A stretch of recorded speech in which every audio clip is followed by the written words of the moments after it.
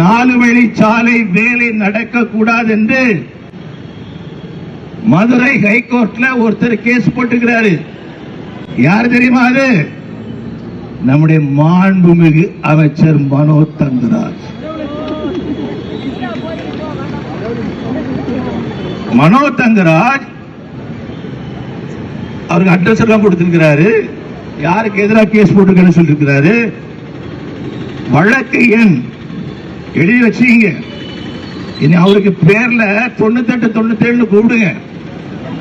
வழக்கு எண் 9897 2019 மனோ தங்கராஜ் அவர்கள் போட்ட வழக்கு. அது என்ன தெரியுமா கொடுத்திருக்கிறாரு?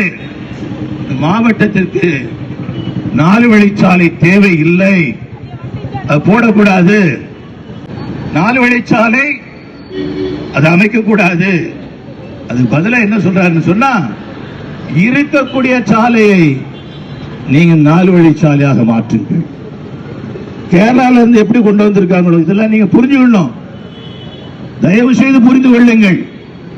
கேரளால இருந்து எப்படி 4 வழிச்சாலை வந்து கொண்டிருக்கின்றதோ அதே போல இங்க பார்டர்ல இருந்து நீங்க 4 வழிச்சாலை கொண்டு வரணும்.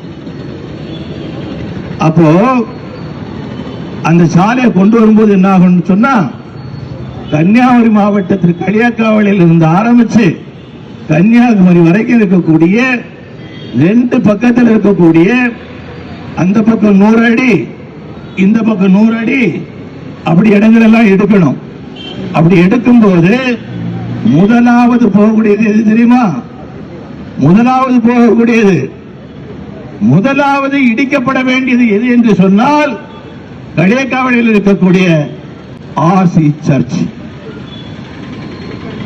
களியாக்காவளியில் இருக்கக்கூடிய ஆர்சி சர்ச். இரண்டாவது இடிக்கப்பட வேண்டியது